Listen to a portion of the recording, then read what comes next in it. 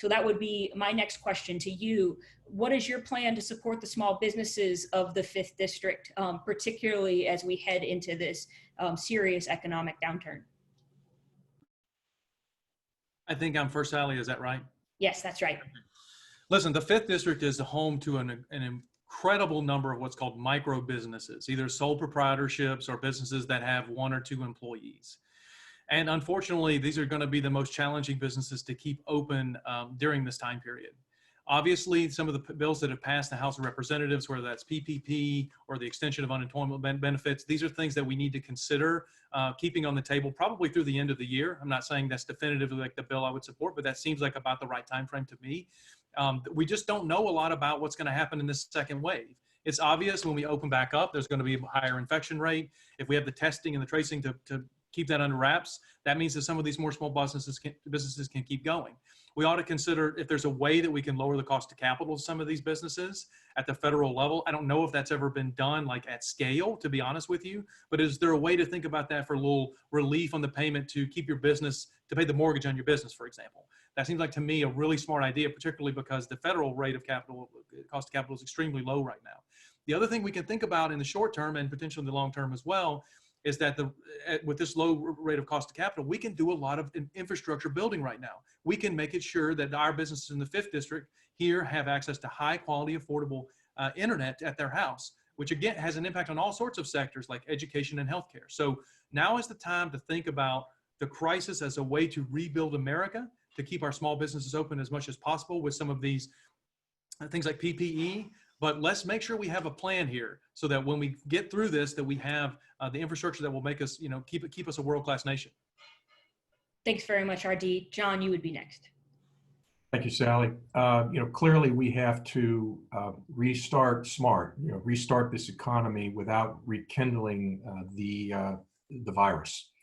And this 4th tranche of money that Congress is discussing now that seems to be caught up on Capitol Hill, I like some of the ideas that Mark Warner is putting forward, where I think it's more of the European model, where we didn't throw everybody onto unemployment, where we actually may pay the employers so that they can pay upwards of 80% of their salaries and keep their employees on the rolls. Therefore, we don't have 40 million people unemployed, and they might be able to keep their healthcare benefits because a lot of them get them from their employers.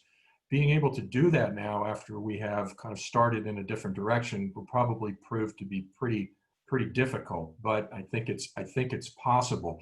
For small businesses, we need to continue to look at the loans that have been provided to them as grants, as possible grants, and give relief to them, even though the cost of money now and the interest rates are really low. Look at it as a grant program so that they can keep their doors open. I mean, there's no doubt that our economy is going to look very different after this pandemic, just by the very way that we're shopping and the way things are happening right now.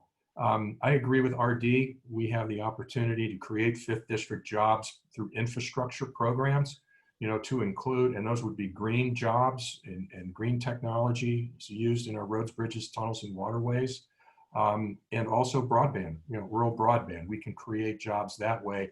And if we can't keep people at work at small businesses, we can give them the opportunity to learn a trade and to work in improving the infrastructure that is crumbling around us here in this country. Thanks, John. Claire, you'd be next. So absolutely, we can talk about this in terms of the way that we recover, and certainly we've got to look at making these grants. We've got to look at the ways that we can help the small businesses survive this crisis. Absolutely.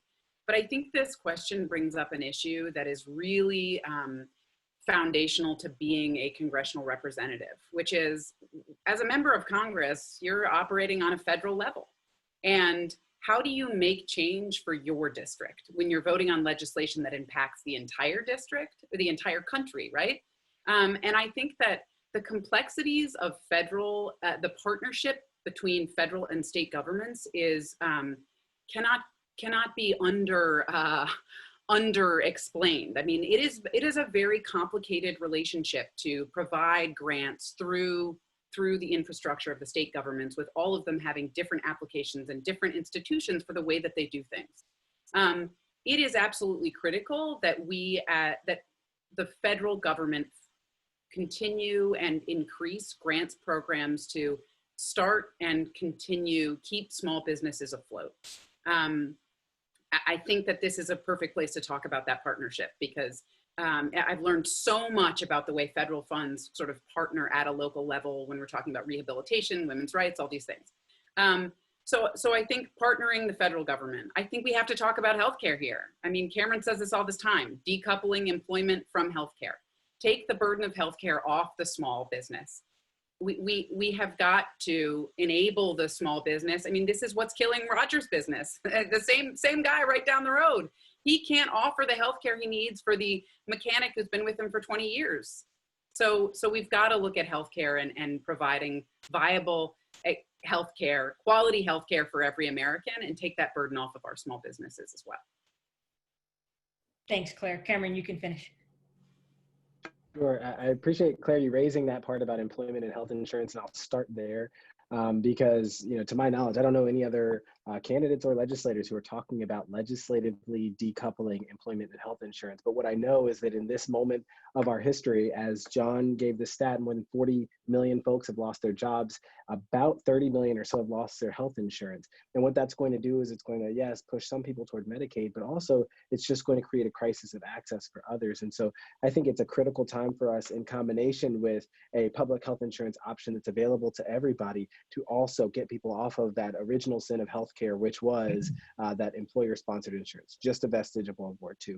But I do want to go back to COVID and small businesses, because small businesses are the backbone of our economy in so many ways. In this recovery, it points out so many disparities along the way. And I'm a part of some small business entities that have received PPP funds and very closely tied to them. And there are others that I'm affiliated with that did not. And it's such a story of the haves and have-nots, whereas large corporations have been able to leverage their relationships with banks and other entities to kind of, you know, game the system a little bit. And I think that that's where oversight is such a critical role for Congress, making sure that the recovery is done equitably, making sure that we put a moratorium on debt collections for small businesses to give them a chance to survive, making sure that we're putting a premium on supporting minority-owned and women-owned businesses across the district, because we know that there is a history and a legacy of additional barriers for them to even start.